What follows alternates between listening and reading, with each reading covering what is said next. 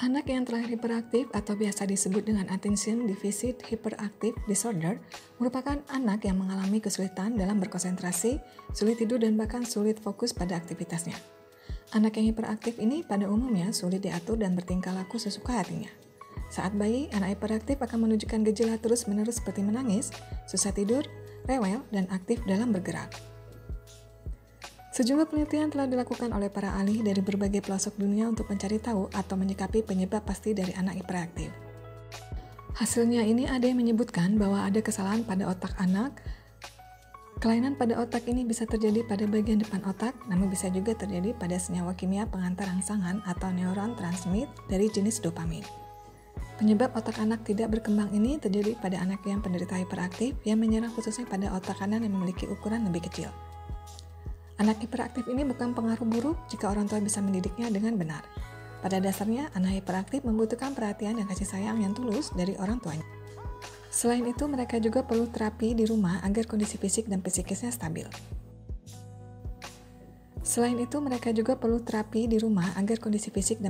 stabil.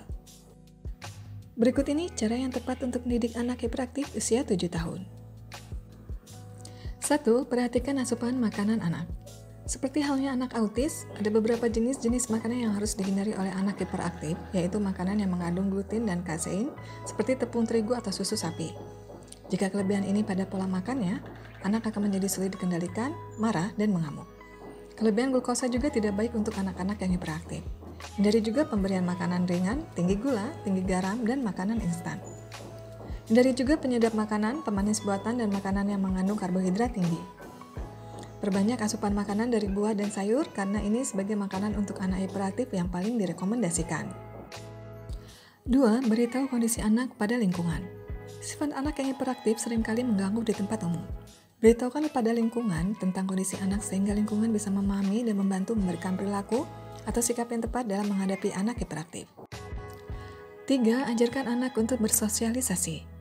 Terapkan tipe pola asuh orang tua terhadap perkembangan anak kepada lingkungan sosial yang mampu untuk beradaptasi dengan lingkungannya. Ajarkan kepada anak untuk berinteraksi dan memperhatikan orang lain.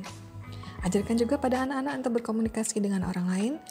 Selalu libatkan anak dalam kelompok bermain untuk menumbuhkan kesadarannya akan berinteraksi dengan orang lain. 4. Memberikan perhatian dan kasih sayang pada anak. Kasih sayang dari orang tua sangatlah berguna.